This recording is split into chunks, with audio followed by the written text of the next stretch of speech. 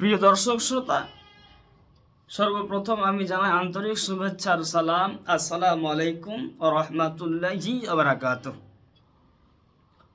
আল্লাহ পাক রব্বুল আলামিন সর্বপ্রথম যখন এই সরজমিনকে বানানোর পর পানির উপরে রাখলেন,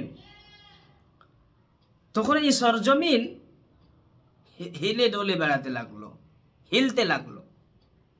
তখন আল্লাহ পাক রব্বুল আলামিন পাহাড়গুলোকে পেরেকের মতো গেড়ে দিল। তাতে করে কি হলো? শক্তভাবে সরজমিনকে যাতে ধরে আঁকড়ে ধরে রাখতে পারে, এর ব্যবস্থা আল্লাহ পাক রব্বুল আলামিন করে দিল।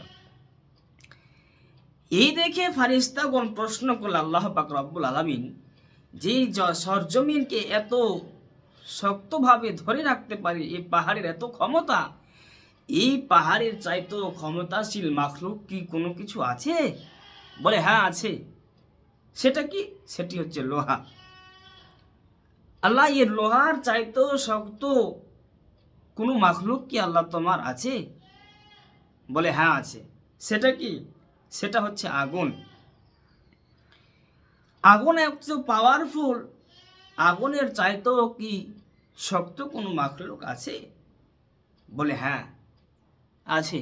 সেটা কি? সেটা হচ্ছে পানি। যেই পানি আগুনকে সেকেন্ডের মধ্যে নিভিয়ে দিতে পারে। বলে পানির চাইতেও মাখলুক শক্ত, পাওয়ারফুল আর কিছু আছে?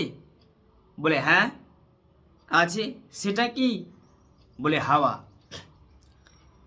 এই সমস্ত প্রশ্ন হয়ে যাওয়ার পর আবার প্রশ্ন করলো, এই সবটি জিনিস এক অপরের চাইতে পাওয়ারফুল, এদের সমস্ত চাইতে পাওয়ারফুল জিনিস কি কিছু আছে? আল্লাহ পাক রব্বুল আলামিন বললে হ্যাঁ আছে।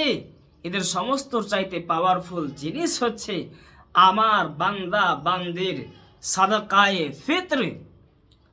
সব চাইতে পাওয়ারফুল হচ্ছে সাদকা। সাদকা আদায় করবে, ফিতরা আদায় করবে, যাকাত আদায় করবে, এগুলো সব চাইতে পাওয়ারফুল জিনিস হচ্ছে। এত পাওয়ারফুল জিনিস, আর এগুলো আদায় করব কিভাবে? বিধান আছে যেগুলো তোমরা এইভাবে আদায় করো যে ডান হাতে দিবে তো যেন